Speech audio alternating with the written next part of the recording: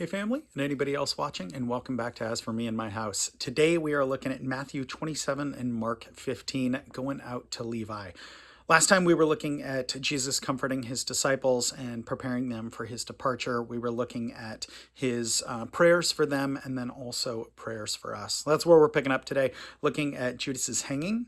We'll be seeing Jesus's trial and then his crucifixion and death.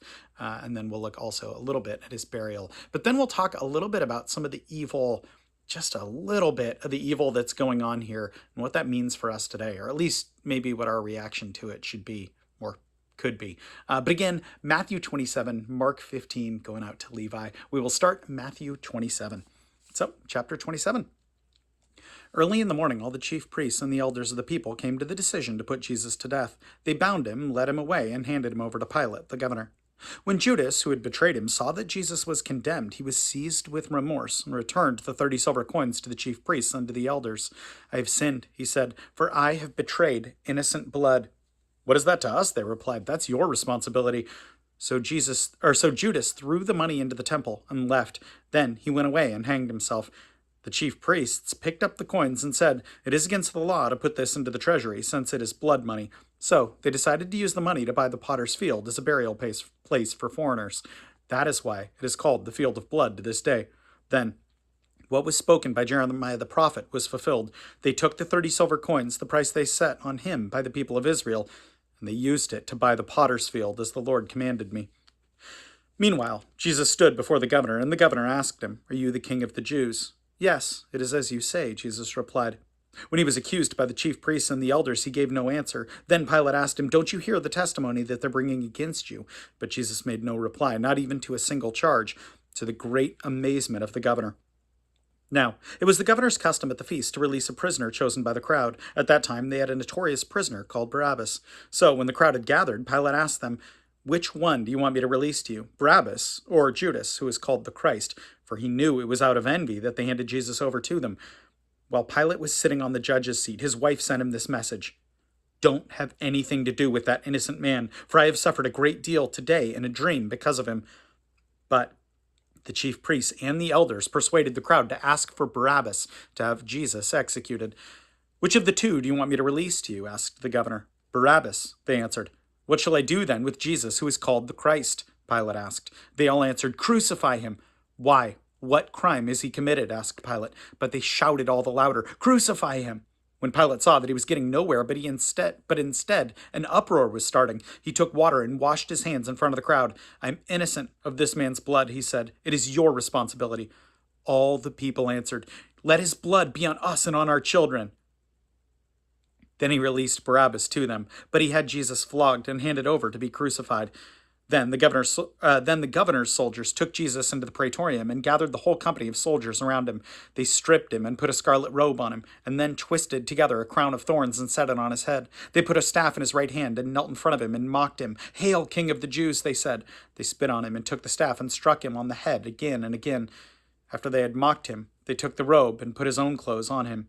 Then they led him away to crucify him. As they were going out, they met a man from Cyrene named Simon, and they forced him to carry the cross.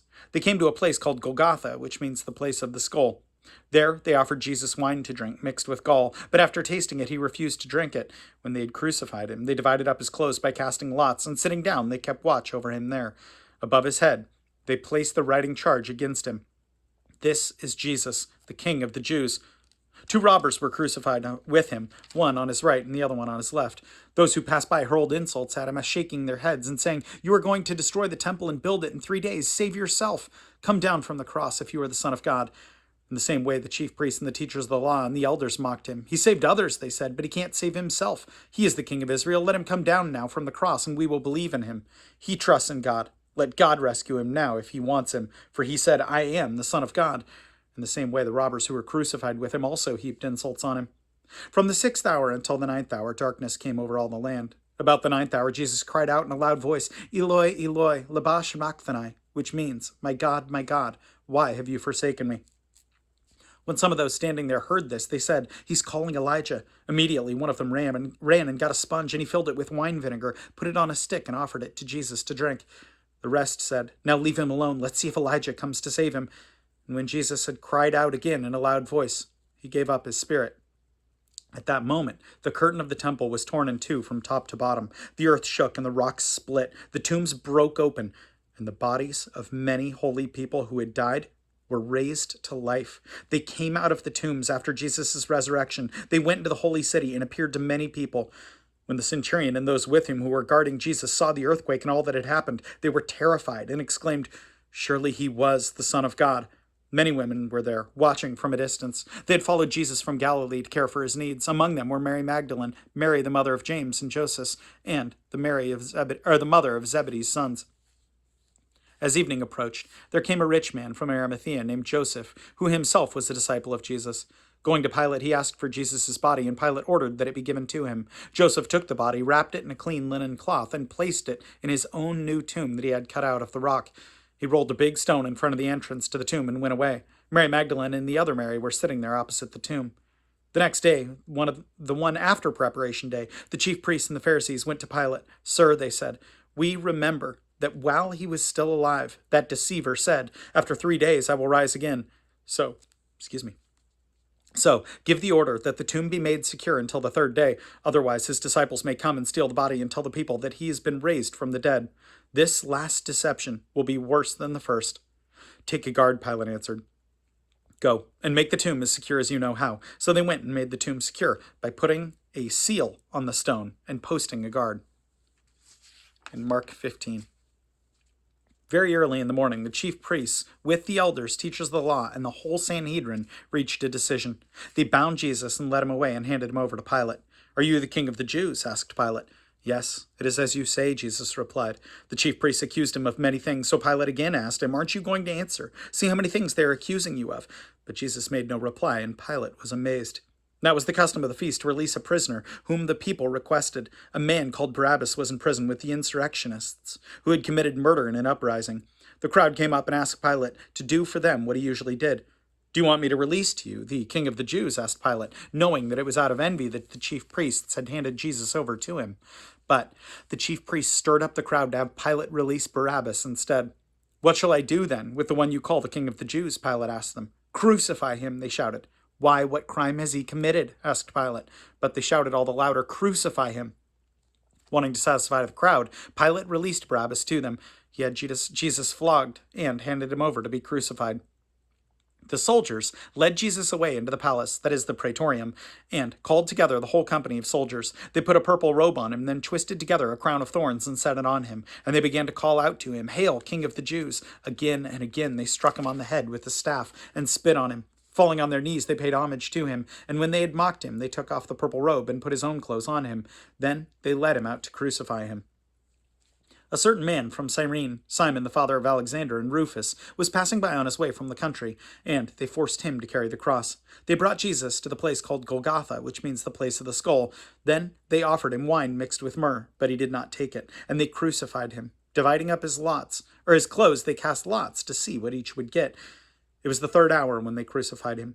The written notice of the charge against him read, "The King of the Jews." They crucified 2 robbers with him, one on his right and one on his left. Those who passed by hurled insults at him, shaking their heads and saying, "So, you are going to destroy the temple and build it in 3 days? Come down from the cross and save yourself." In the same way, the chief priests and the teachers of the law mocked him among themselves. "He saved others," they said, "but he can't save himself. Let this Christ, the King of Israel, come down now from the cross, that we may see and believe." Those crucified with him also heaped insults on him. At the 6th hour, darkness came over the whole land until the 9th hour. And at the 9th hour, Jesus cried out in a loud voice, "Eloi, Eloi, lama sabachthani," which means, my God, why have you forsaken me?" When some of those standing there heard this, they said, "Listen, he's calling Elijah." One man ran and filled a sponge with wine vinegar and put it on a stick and offered it to Jesus to drink. "Now leave him alone. Let's see if Elijah comes to take him down," he said. With a loud cry, Jesus breathed his last.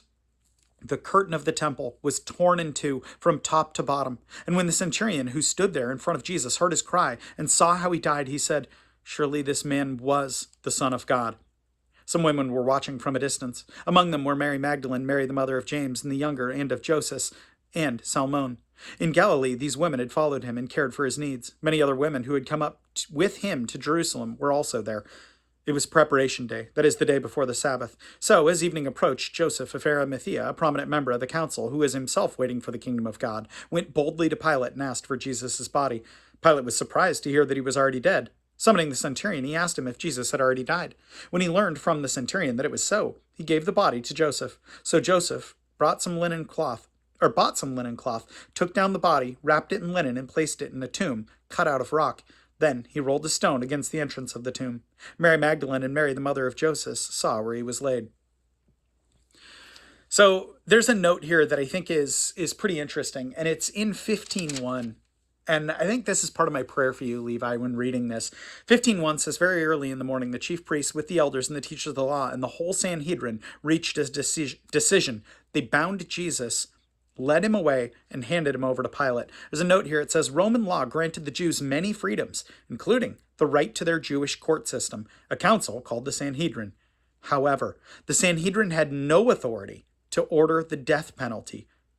Seeking that sentence, Jesus' opponents sent him to Pilate, the Roman governor. They're going so far beyond their ability.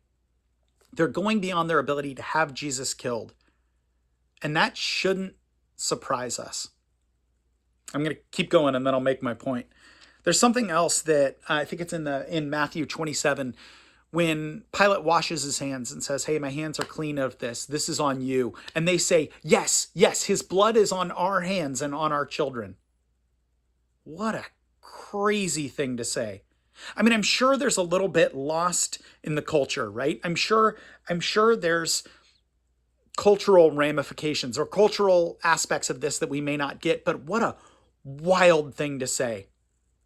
This man, who we are jealous of, who we've never seen technically do any wrong, we're killing him, his blood on our heads and on our children. That is crazy. And it's evil. The last thing that I thought was interesting is while Jesus is on the cross, where are we? Let me see if I can find it. 15. While he's actually on the cross, there we go. Verse 31. In the same way, some of the chief priests and the teachers of the law mocked him among themselves. He saved others, they said, but he can't save himself. They acknowledge all the good that Jesus did.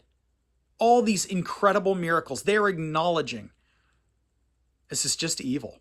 It's just evil. They acknowledge this and they're envious of him and they hate him to the point of death.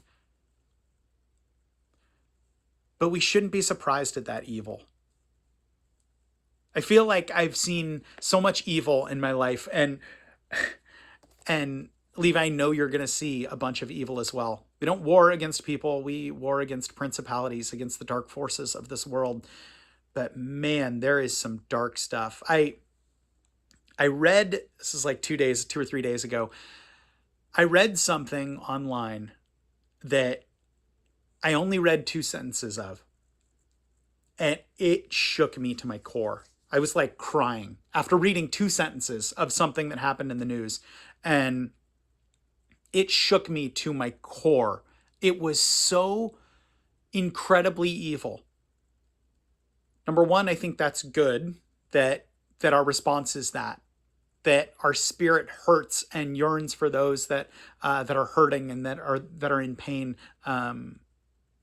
But we shouldn't be surprised when evil comes. Maybe the depth of evil could surprise us, but we shouldn't be surprised when it comes. We're supposed to be as gentle as lambs, absolutely, but as wise as serpents, or as gentle as doves, as wise as serpents. I think it's a difficult balance. I can't imagine my daughters knowing what I just read in these 2 sentences, the amount of evil that was contained in there, and I don't want that for them. But I can't let them grow up unaware. I have to equip them and let them know that there is evil out in the world. That doesn't mean that I'm just going to tell them all the evil. Absolutely not. But I think that means we need to be really wise. We very much need to be constantly in prayer and constantly in unity with God through the Spirit. Worth praying about. So let's do it. My God, I thank you for Levi. I thank you for the work that he has done for your kingdom, for his heart that you have given him, Lord, for his love for others. God, may we not be shocked or blown away when evil happens, Lord. May we look to you and have our spirits be pure because you have purified us through your Son. But Lord, let us also be wise and discerning about the evil in this age, Lord. But regardless of all of it, Lord, may we look to you no matter what. In Jesus' name I pray. Amen. Well, good grief. I love you, Levi. I know that's a really heavy one, crazy heavy, but man, it's good stuff. Know that I appreciate you, sir. And for anyone else watching, know that I appreciate you as well. We'll plan on seeing you next time. Have a good one.